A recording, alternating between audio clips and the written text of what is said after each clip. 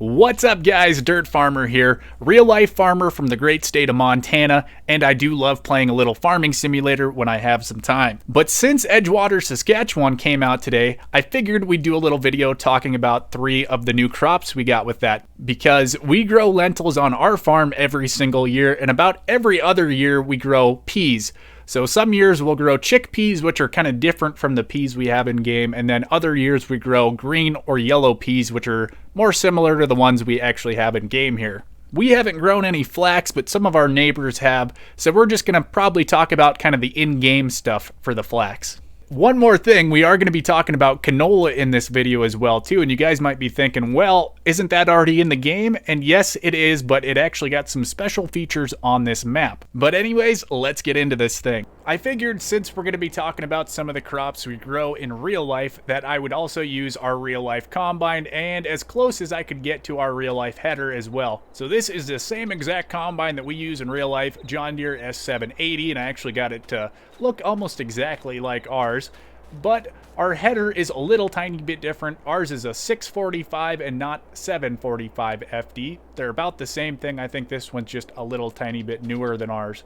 And if you want to get the full potential out of this map, you are going to need the Swather as well, and this big header. So this is just a normal grain header for swathing. And we also have a Swather in real life. However, ours is a MacDon, which we do not have in game. So we are just going to use this good old Heston. So on this map specifically, along with canola, I think we also have wheat and then some other crops that also get a yield bonus for swathing your crop before you actually harvest it. So what we are going to do here is take this swather and actually start swathing down some of this canola. And yes, you could actually just take the combine in here and cut it down if you wanted to, but if you want to get that bonus, you are going to have to swath this stuff.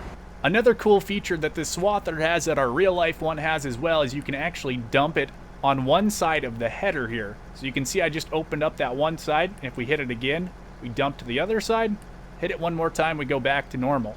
I'll show you guys why we do this. So we got it dumping on the left hand side here, and you can see it's all dumping over to that one side, no problem. And just for the sake of time, we're going to turn around here quick.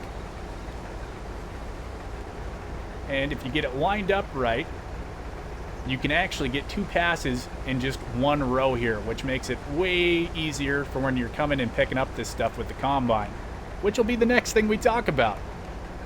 But you guys might be wondering, why would we actually even swath the crop in the first place? So cutting the crop off and then just having it sit on the ground is going to help it dry out way faster. That way it's actually ready to be harvested by the combine and then go in the bin without molding. But then to get your swathed crop off the ground, what you are going to need is a pickup header, which is this guy. This one's a lot newer than ours is, but what it is it's made just for picking up swathed crop. So yeah, you just turn that guy on and you're just taking that canola that was swathed on the ground, and it's going to be going into the combine. And this is why we like using the double rows on the swather as well too, just because it does save us some time with the combine. And like I was saying earlier, you do get a 20% yield increase if you swath it and pick it up like we just did here on this map only. However, switching over to the real side of things here, we always usually cut our canola by just straight cutting it with our normal header instead of swathing it and using a pickup header. The reason we don't like to swath is because every time you put a crop on the ground like this, there's a chance the wind can either blow it away or it can get rained on too, which is not good. And I have heard some stories about farmers in the past from when their canola swaths that were sitting on the ground like this ended up getting blown into power lines just from the wind. However, switching over to one of the new crops here, we've got our lentils, which I have not seen in Farming Simulator yet, and it's great to see it in game. They did an awesome job just actually kind of making the plant look like a real life one. They got it pretty close to the real life height as well. They might actually made them a bit too tall. So that's one thing. In real life, lentils are very, very, very short. And since lentils are so short, we use a flex header, which the FD and the John Deere's means it's a flex draper. And so how this works is the actual cutter bar here on the combine will end up flexing and kind of following the ground. And it's just from hydraulics is how this thing actually moves up and down and follows the ground there. Just hydraulic pressure it's sensing on the bottom side of the header. And you can use just a normal rigid style non-flex header to cut lentils, but you are going to probably have a bad time in real life anyways. In game, I'm sure you can, no problem.